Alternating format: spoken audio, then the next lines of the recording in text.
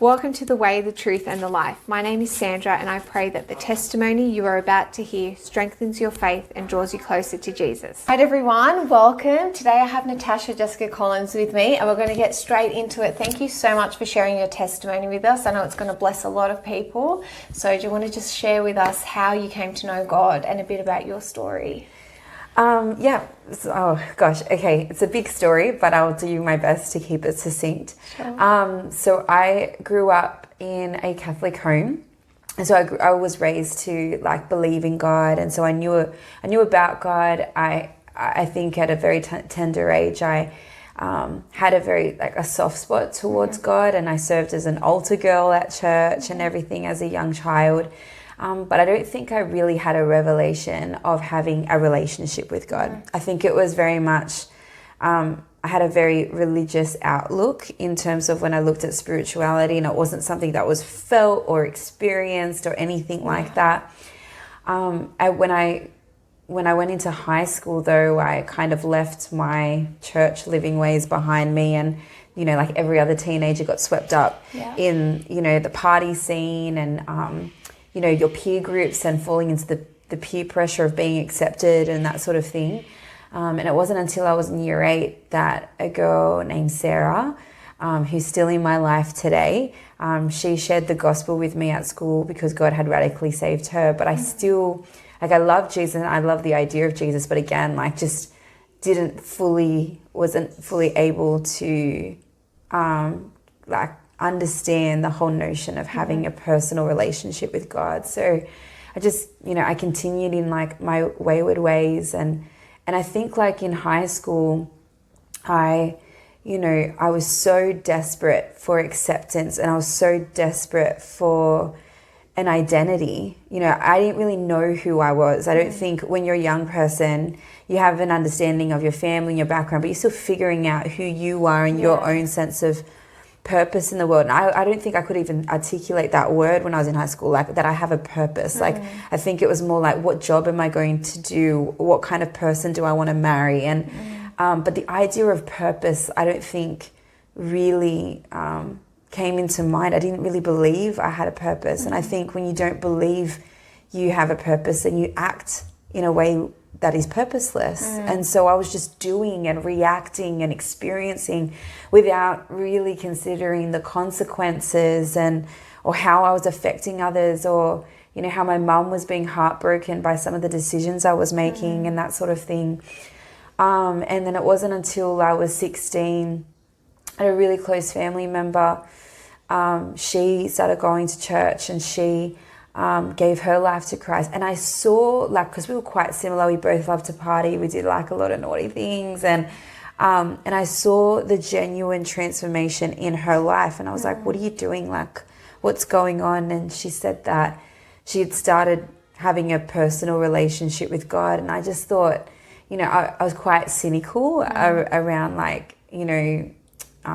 really hardcore Christians. I found I thought, you're just being dogmatic and you're brainwashed and that sort of thing. But I saw the fruit in her life. She was genuinely more full of joy, more secure as a person, and just had this beautiful peace about her. And I wanted that. I wanted whatever she had. I wanted that. And I remember, because, again, remember, I've been raised in a Catholic family. I've always believed I've had a relationship with God, whatever that meant. And as far as I was concerned, that relationship looked like I'm here, God's in heaven, and I'm praying to God, and God knows me because God knows everything. And that was the extent of my relationship. And that's what I thought a relationship was. But then when I saw Lisa, I saw her day in and her day out, how God was interwoven in every fabric of the day. God, should I do this first or that first? She lived with Jesus, just lived it out. So anyway, I remember I went to church. She invited me to church so many times, and I would just be nah, I'd use any excuse not to go to church, but she was so persistent. When are you going to come with me to church? Come to church. And she was so persistent, and I love her, so I didn't want to let her down. So I was fine, I'll just come with you to church. And I remember it's really interesting. Like, I remember being quite jealous of her relationship with God, like, because, you know, she would hear from God. And I just found that concept of hearing from God just so, like, just outside of my realm of understanding, you know, like, what do you mean you hear from God? Like, what, God opens up the heavens and comes down his holy steps and has a nice, deep and meaningful conversation with you on your bed? Like, does he send an angel? Like, is it audible? Like, how do you hear from God, you know?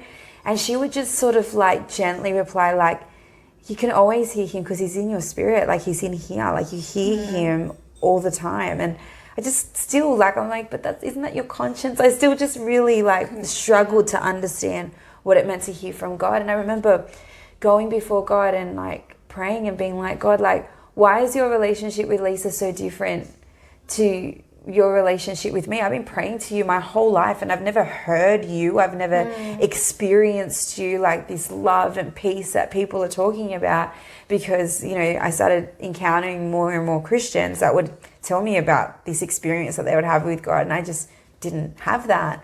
And I was quite jealous for it. And I was like, how long is it going to be like this? Are you always going to be this distant, far off God, and I'm going to be constantly seeking an experience with you? Like, how long will you turn the other way, and all this sort of stuff? And anyway, I finally gave in and I said, fine, I'll go to church. It was 2 weeks, about a week after my 18th birthday. Wow, okay, yeah. cool. So I'm 18 now. So she started sharing the gospel with me when I was 16. So it's been a couple of years.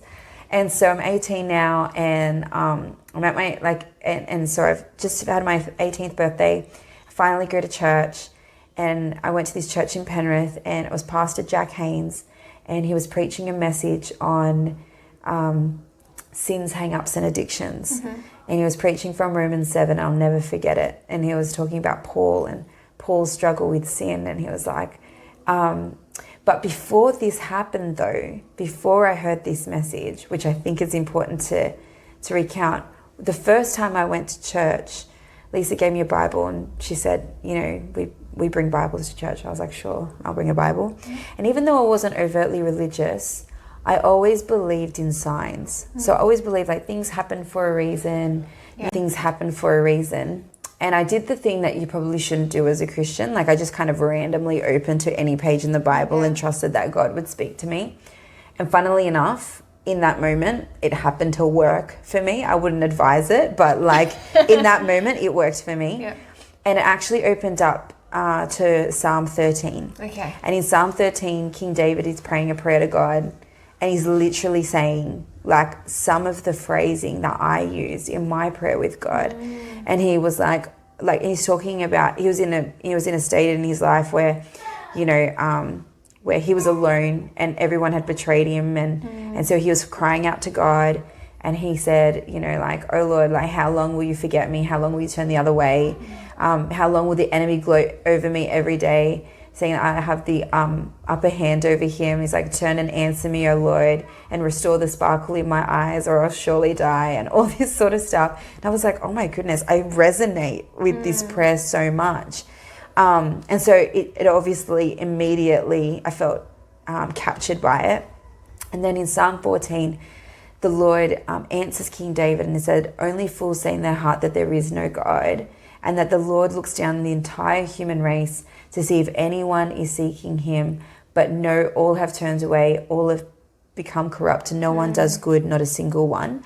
And that word corrupt, I don't know, just stood out to me like a sore thumb, and was like, all of a sudden, I just had this revelation that, oh my goodness, I get it. How can I possibly have a relationship with God when I'm living in such a way that is corrupt? Like, it's completely not in line with the way that God's calling me to live. I'm being disrespectful to my parents. I'm living an obscene life. I'm doing whatever I want. I'm living selfishly, and everything that comes with that, just a very worldly, self-centered life, that I realized, oh my gosh, I never felt like a sinner, but I felt aware of my sin in that moment.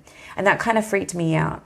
So I didn't really do much then. And it was in that second week that I came back.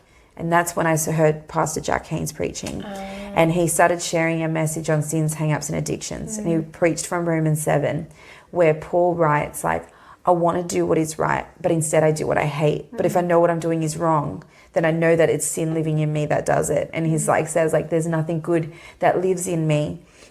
And so he agrees that God's law is good. And it's just this, like this complete, confusing tug of war between sin and wanting to do what is right. And then in the end, Paul says, who will set me free from this life of sin and death? And he's like, and the answer is Jesus Christ.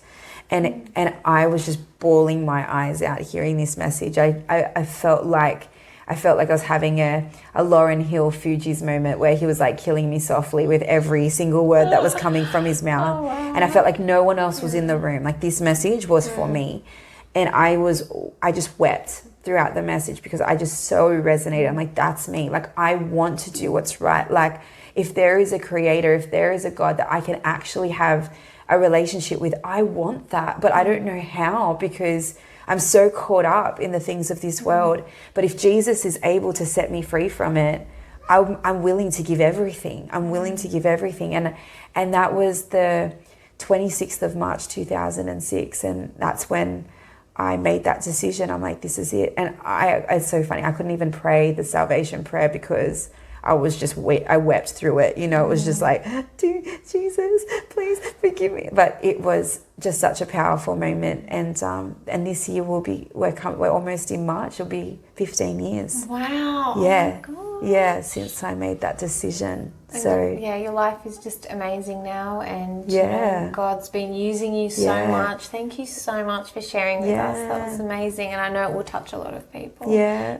I'm so glad that you could join us today. If you'd like to share your testimony or what God is doing in your life, please email waytruthliveproject@gmail.com. We would love to hear from you.